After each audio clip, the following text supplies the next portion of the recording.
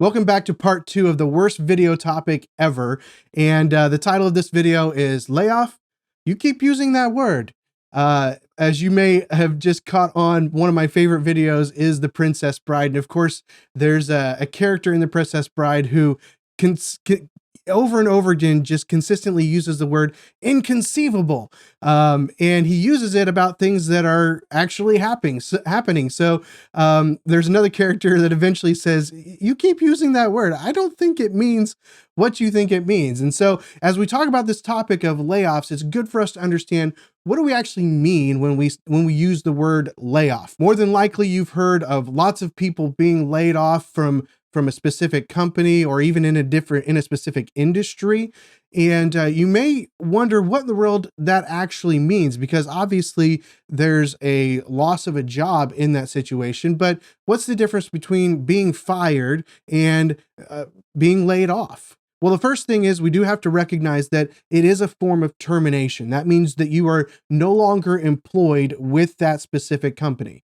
Now, when you're fired, you're also no longer employed with that specific company. So that's actually a place where they're the same. But let's talk about a few ways that being laid off is different from being fired. The first way that being laid off is different is the reason for the termination of employment. See, typically if you're being fired, it's because you've done something that you're not supposed to do, or you're not doing something that you are supposed to do. For example, if you're not keeping up the numbers that you're supposed to be doing, you might be fired for incompetence. Or maybe you did something like embezzle from the company or something like that. That would be cause for termination, or what we would call being fired. However, being laid off doesn't necessarily mean that there's anything that you have done to cause that. Oftentimes it's based off of reorganization or other factors that we'll talk about later on, but it's not necessarily because you did something wrong. And I think that's really important as we talk about this topic, to remember that if you get laid off, that doesn't mean that you did something wrong. It's not necessarily your fault. If you get fired, then yeah, you probably did something wrong.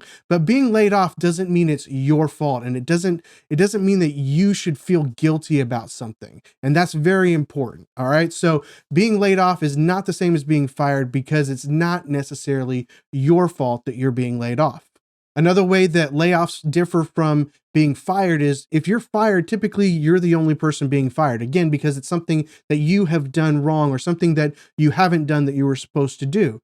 Whereas with layoffs, oftentimes this comes in waves. Oftentimes multiple people are laid off at the same time. And again, we'll talk about why later, but this is not necessarily just a targeted thing to just you, as being fired would be. It often happens to multiple people in the same day, the same week, the same month.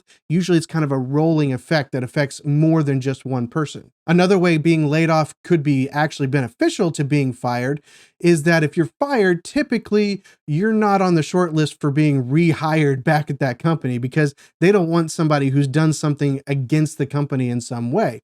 However, if you're laid off, again, because it's not necessarily because you did something wrong, then you're usually allowed to be rehired. You're usually on that short list as somebody they're going to want to bring back into the company if they get to the point where they can actually hire somebody again. The last way that being laid off is better than being fired is, oftentimes when you're laid off, the company will give you a severance package. They'll pay you for your time. In fact, the person who contacted me about one of my other videos basically said they got, I think it was 2 months of severance, which is an amazing amount of severance.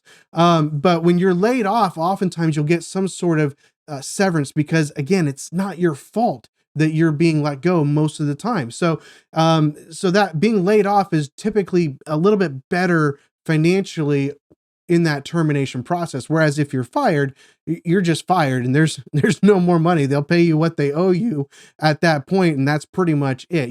You're done. So why is it so important to understand the differences of being laid off and being fired? Well, one of the most important things is that really makes a difference when it comes to your resume. It makes a difference when it comes to looking for a new job. If you have to tell somebody that you were fired because you did something that was wrong, or if they check up with the company that you used to work for and find out that you didn't tell them why you got fired, that could really hurt your opportunity to get a new job. Whereas if you're laid off, companies understand why people get laid off and that it's not necessarily a personal issue. So being laid off really is not that big of a deal when it comes to finding another job, as far as the other company's view of you. One last thing about being laid off versus being fired is being fired is completely involuntary. Unless you did something to get yourself fired. I guess that would be voluntary firing. I don't know, but usually it's involuntary. You're not wanting them to fire you.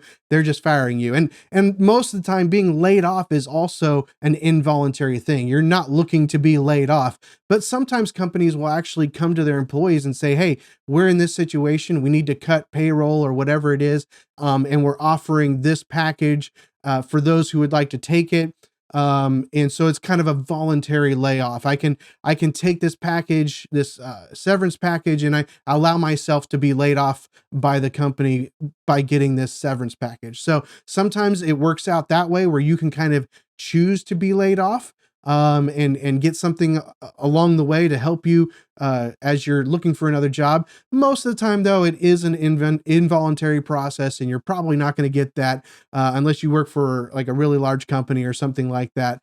It's typically going to be involuntary, just like being fired is. So hopefully you have at least a better understanding of what it means to be laid off and the difference between being laid off and being fired. So let's move on to part 3 in the series.